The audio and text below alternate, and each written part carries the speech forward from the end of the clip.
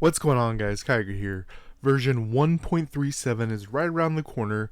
They recently posted on Global the sneak peek, but I think I got the full notes. Let's get into it.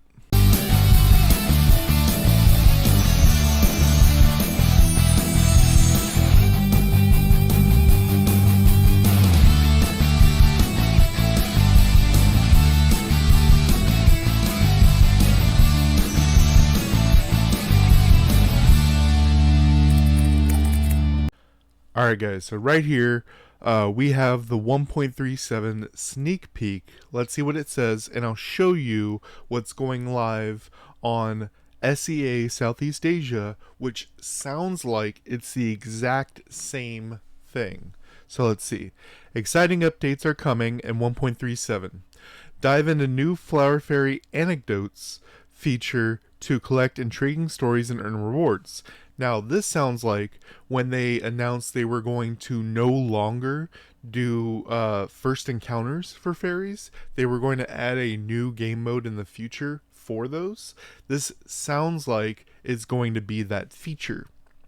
Furthermore, we have carried out 40 different optimizations based on community suggestions, including fixing Flower Fairy formation, causing character invincibility. Sounds like they're fixing that bug, the cheating video I made a couple weeks ago. You're welcome. Optimization of Flower Fairy Will, optimization of the die system, modifications to the matchmaking in Uncharted Battlefield, and many other game modes, as well as other requested optimizations. Stay tuned. Now, if I switch over to here, let me change this so you guys can see it better. Do like that. Version update announcement. I will also have this posted in my resources channel so you can peruse them as you see fit. But if we come over here, there's a small note that now the requirement is going to be Android 7.0 instead of 6.0. Most people are on Android 8, 9, 10, or 11 at this point. I think 12 is being rolled out. Flower Fairy Chronicles, which sounds like anecdotes. Collect little known anecdotes based on story clues. Collect all anecdotes to receive rewards. Hair accessory fashions added hair dyeing feature, which is nice. Right now, the only way to do this is to use Kabbalah and do a beauty ticket to redo your hair. Increased the level cap for Soul Will tier, and Soul Will skill level. So right now it's 200, I believe, so it's going to be going up. Guild emblem added a filter function to easily switch emblem entries. That is nice. Flower Fairy Will enhancement added bulk selection function, allowing automatic consumption of specific types of Fairy Will. So it sounds like if you don't want plunder, you can get rid of all your plunders to use them to upgrade something else. Guild War optimized safe zone mechanism. Now entering the enemy safe zone will continuously reduce health by a percentage. That is great. So people can't just stand in your spawn. Hopefully this number goes up. It's like 1%, 2%, 3%, 4%, and it keeps going up. So if they just stay in your spawn, they're going to die. Uncharted Battlefield, which this is why I said it sounds like it's the same notes, because several of the things they pointed out over there we're seeing over here. Guild War. Uncharted Battlefield allows two-person teams to enter matchmaking, with the system randomly adding a third teammate. Event timing. So Uncharted Battlefield, why you would want to do two people is generally a lot of people like to go in with their tutor or their couple, but they, sometimes hard to find a third person, so go and do it that way. Event timing adjustments. Adjusted the start of quiz, party, and holy fruit to avoid overlapping with hourly events. Oh my god, I've been screaming about this since the game launched, that these events started at the same time as all the other events. Now, what's nice is that you could do these sometime during the day, and the events are in the afternoon slash night. But it's weird that these only start at 9 a.m. and stop after 9 p.m. So hopefully they starting at like instead of on the hour, 15 minutes after, and then allow it just like if I get up at 4 a.m. to start my wake up routine, let me do this. Dyeing function supports more precise color selection. That is awesome. Unstuck added a 3-second countdown. Intimacy level, more intimacy level and rewards. Added new seals. Hopefully this is the seal of the moon. Madness raid. Added assist mode. When enabled, players participating in Madness raid, except for the 6-star difficulty, will not receive rewards. So you can help people on lower difficulty while you're waiting on your normal group to do rewards. They already have this in place for several other game modes, so it makes sense to have that. One-click chest opening, adjust the number of chests that can be opened at once. Max is 200 chests. This doesn't matter because we have the like auto opening thing. Burning Soul Battle, address some experience issues and optimize the matchmaking mechanism. Added compensation rewards for when the knockout stage cannot be initiated. This is for people for servers that don't have enough people, so that's nice. Holy Attribute custom card pool added a reset function. That's interesting.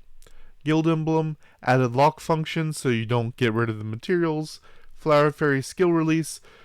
Display. This is where I'm a little confused. Displays invincibility effect on characters, so it tells you they are invincible, but on the global one it says they're including fixing Flower Fairy formation causing invincibility. So that might be a change from SEA to global, because it sounds like global is stopping the invincibility from happening, and over here on SEA it sounds like they're just telling you that they have the invincibility. Do PvP gameplay, modified invincibility effects on Flower Fairy skills to activate once every 25 seconds. Oh, I guess that's the... Okay. So it tells you that they have the invincibility, and they can only get the invincibility once every 25 seconds. Okay, that makes sense now. Enhanced levels 40 to 50 mainline quests. I think these are the ones on day 1 where when you stop, the quest tells you to do a thing that's like one step forward of you, but it doesn't tell you it's one step forward, so you have to actually move your guy. I think those are what they're talking about. Improve the level 130 boss, Rust Guardian. That's the guy who does the spins on the ground and knocks you up. Improved display of reward times for certain gameplay modes, including Ancient Ruins, Abyss Ruins, Disaster, Fire Dragon, and Starleaf Garden. So I'm going to have to watch these, because these are some of the ones that people take advantage of. If this includes things like Arena, I'll have to see what the new Arena payout time is, stuff like that. Collected the display of store refresh times. That is good. Home system. Improved the display of stones. Crystal Battlefield. Adjusted the combat strength of bots. So maybe they're going to be harder. Enhanced the display of monster illustrations, allowing a regional folding on the list. Improved camera performance. That's good. Made it easier to see the number of performance vouchers and travel tickets you have. This is a good one right here. prioritizes the use of 10 single tickets when performing 10 draws. So it sounds like this is what people have been asking for a while. We now, as the game has progressed, we're getting a lot of 1x tickets. So now you'll be able to do a 10x with your 1x tickets.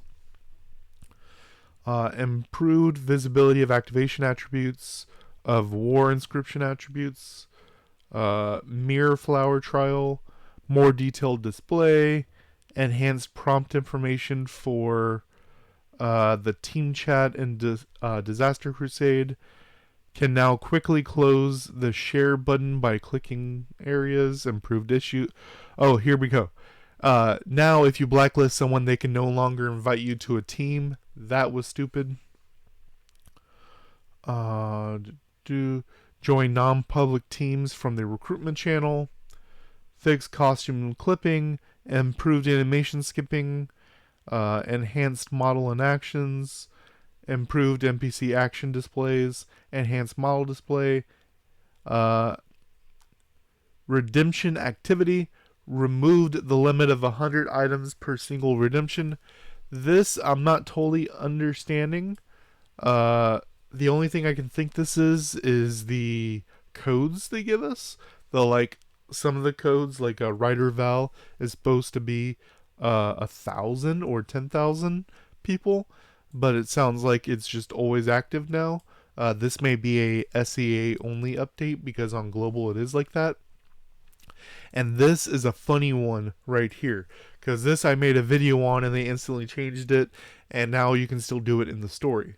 So there is a Hugo, Hegu. He's in, I believe, one of the desert areas, and before you were able to buy rice balls from him, salmon rice balls, and these, for each rice ball you eat, will give you 1 stamina for using fishing or whatnot, and you could buy it for gold, and you could buy an infinite number of them. The downside is you have to sit there and click an infinite number of them to open them to get the stamina. Now they got rid of that you could do it just whenever. Now you can still do it, but only when you hit him in the story, because you're supposed to buy one of his salmon rice balls for the story, which still has the same effect. But so when you get to him in the story, you can still buy an infinite number just right then and there in the story. Now they're saying it sounds like you can only buy the one from him for the mission, and that's it. Fixed some quiz answers, that is good, but let me know what you guys think. It sounds like they're fixing a lot of things we've been asking for, several things I made videos on, which I'm glad about, and just overall the game's getting better. Till next time, guys.